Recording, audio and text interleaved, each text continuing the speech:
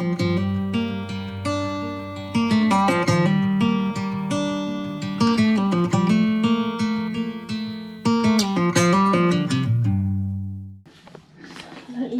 little bit presentable. Why are you dropping everything, huh?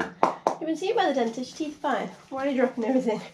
We are 2 sessions out from Estrid's first 64k, if we make it there and all goes well. So I thought the next 2 vlogs will be those 2 training sessions, kind of take you along with my last bits of prep before a ride.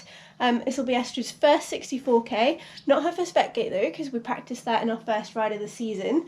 I'm actually, excuse me, not sure what do you want of the loop distances yet, but it doesn't really matter.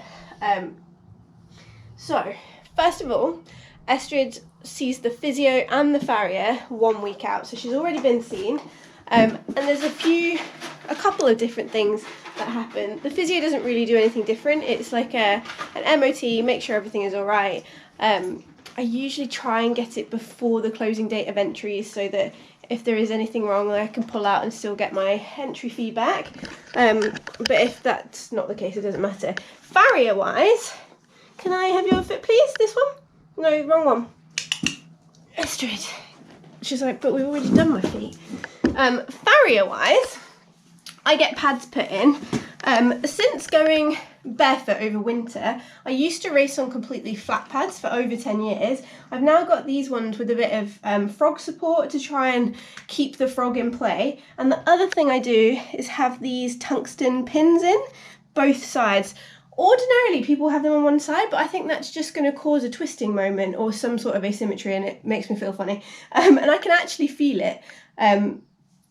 These are tungsten, so they grip any slippy portions of road. They also make the shoe last slightly longer because it's a very, very strong metal. I know. The pink underneath is dental impression to stop any debris getting under the pad and causing any issues. And my farrier underneath that, before putting the dental impression on, will put blue copper sulfate to make sure that the hoof stays as healthy as possible. So that's kind of my other people coming in.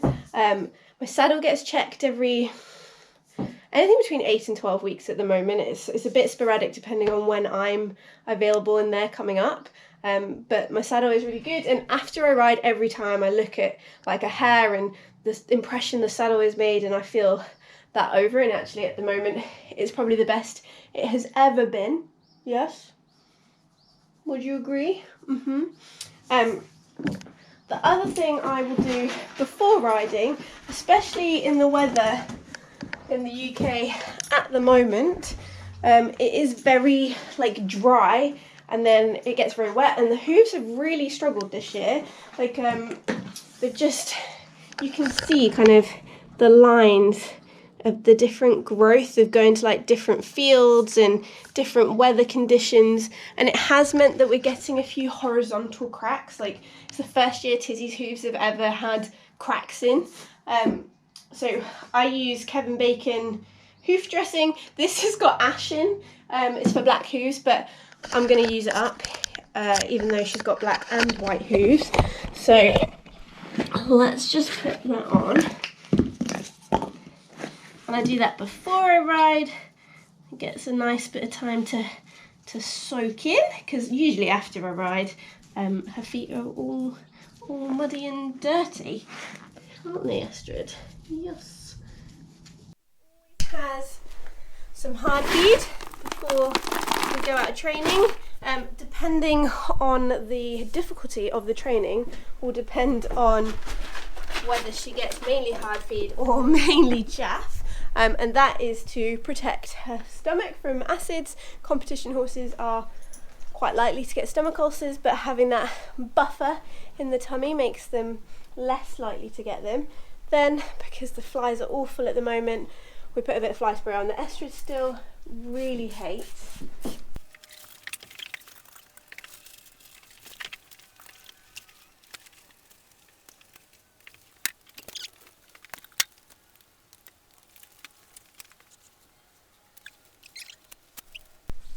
Good girl. all ready to go. So the aim of this training session, it's not distance, it's not speed, it's not fitness. We're kind of tapering down. This is just time in the saddle. So we're doing a very slow, steady hack to try and increase our time in the saddle. Most of our training sessions are about an hour long. So every kind of once a week, 10 days, I try and do a 2-hour plus session just to get a bit more time in the tack on board and make sure we get that kind of endurance training in. So we're just going from home. It's not the most scenic hack, there's quite a lot of road work, but it doesn't matter because we're going to do a lot of walk. So yeah, that's our last session, and then the next one that you'll see in the next vlog is a bit of schooling, because again, we don't need fitness, but in terms of getting our control and finesse and things, it's a really good time to be schooling. So shall we go for a hack? Is there a trailer coming up the road? And we're off.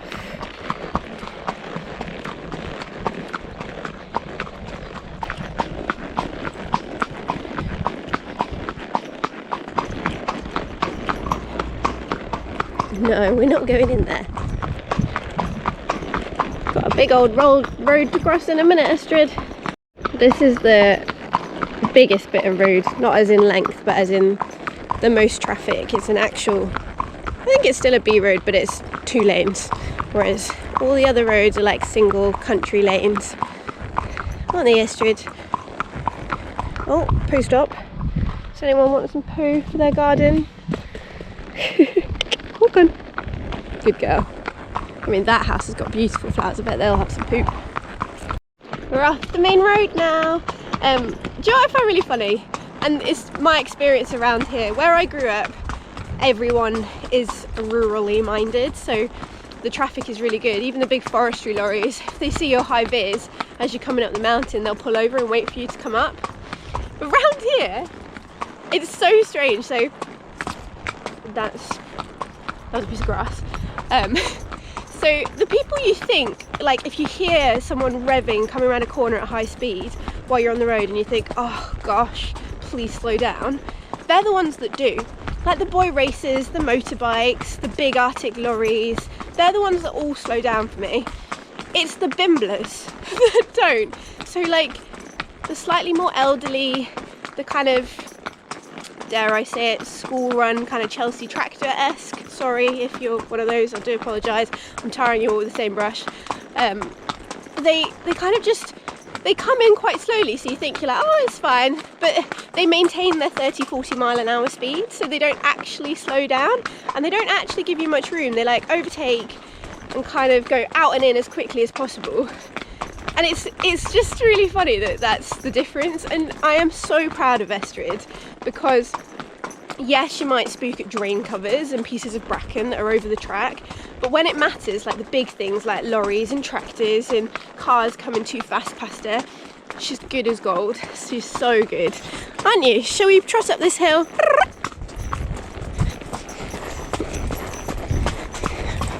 Let's get that booty working.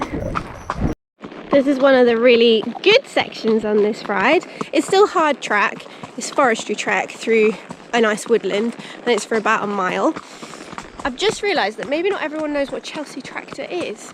So a Chelsea tractor is a big vehicle, SUV or 4x4, that doesn't have a tow hitch, so it's never going to tow anything in its life, and is super shiny and clean and has city tyres, not off-road tyres, and will never see a bit of mud ever. They're predominantly bought, I think, for safety reasons. I like to think safety reasons in terms of they are big vehicles that can protect your family and are good in a crash. I think mainly they're bought for status and like being cool. But that's what Chelsea tractor is, and the reason I think it's called a Chelsea tractor is because you see so many of them around the borough of Chelsea in London, where you absolutely do not need an SUV 4x4. Okay, Estrid, should we have a nice little trot through the woods?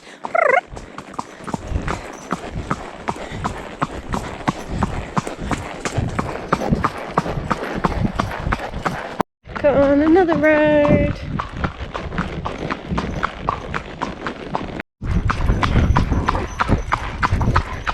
They're bales, you're alright.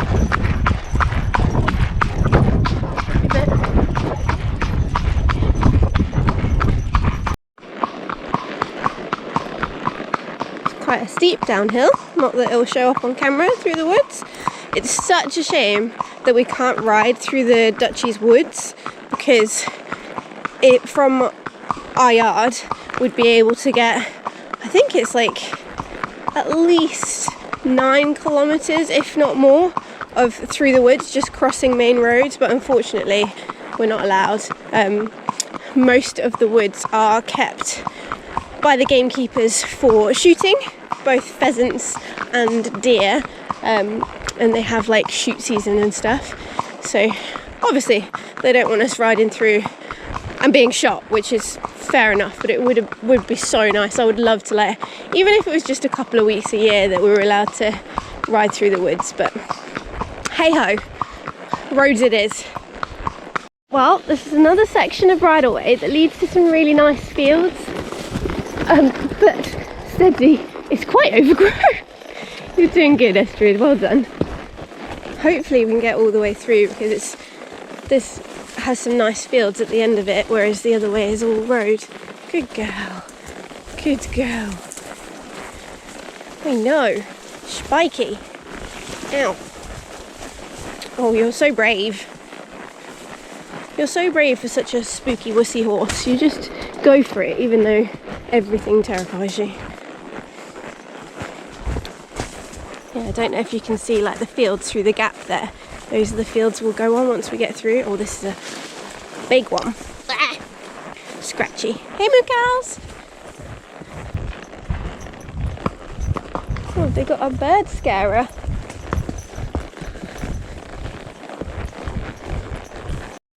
Look at that crop. I love the noise. Come on, you. Okay.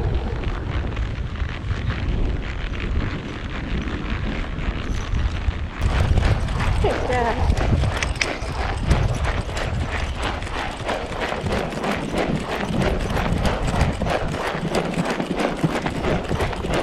Ooh.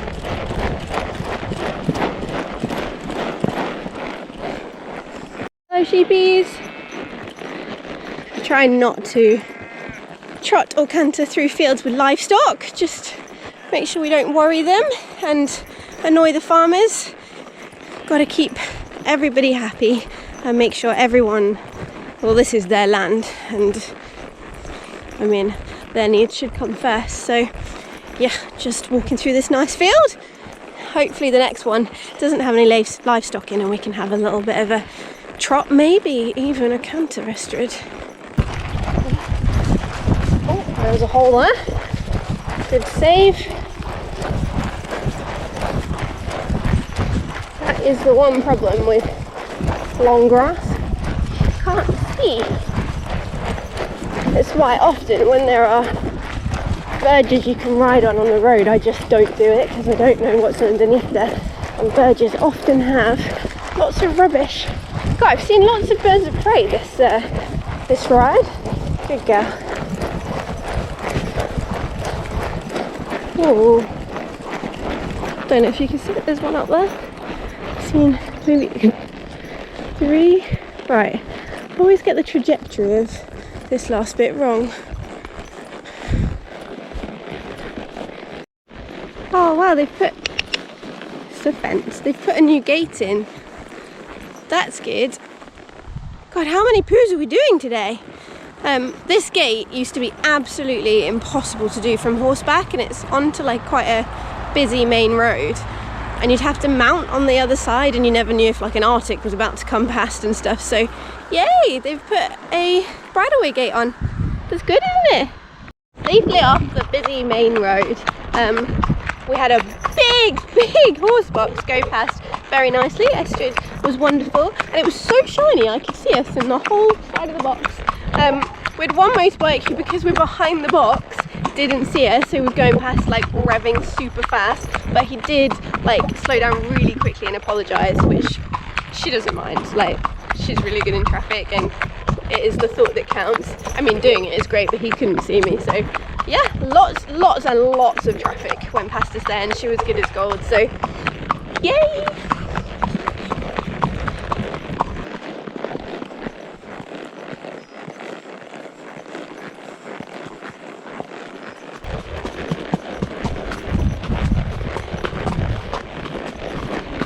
Steady. She's like, we trot it. Onto the last little section, maybe like 150 metres, 200 metres of bridleway before we go on the long section of road back to the yard.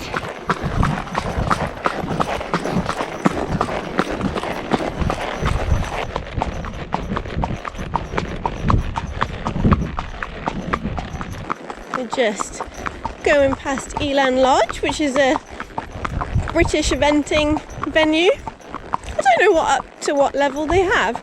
I'm pretty sure they do 100, but I don't know if they've ever held an international. You can hire the arenas. They've got a nice show jumping arena, warm-up arena. Grass dressage, I'm not sure you can hire. Cross country you can, and they've got a really good shop.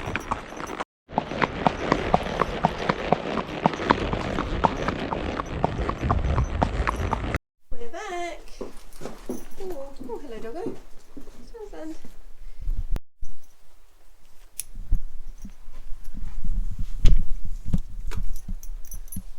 Go. So I give Estrid her post-ride feed straight away before even washing off, and then let's prepare a wash-off bucket. I have, let me see, the Naff Off Citronella wash. I use this one in the summer, even though the evidence for citronella is negligible, I think, for flies. I like to use a no wash-off wash when I wash them down after being ridden. It just gets the grime off better. So in the summer I use this, and then in the winter there's like a warm wash that I use. So once I've washed her off, I then use either the Keratex or the Clarendale Martin Ice Blue Cooling Gel. Now again, evidence for this is next to nothing. It's blue merely so I think it's doing something, psychology, hey, but it does have witch hazel and arnica in. Again, evidence, but it does no harm. So whenever I do a longer or harder training session, I'll put this down her tendons after I've washed her off. So she hates being washed off, so let's wash her off while she eats. No, don't do it.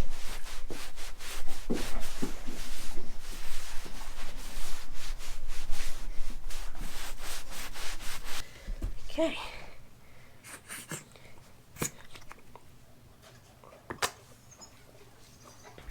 Good girl.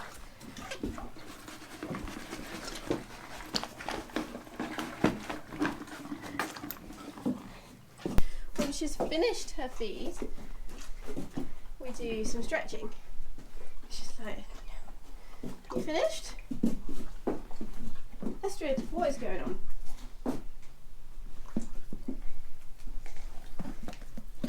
We do some stretches. Go. This side?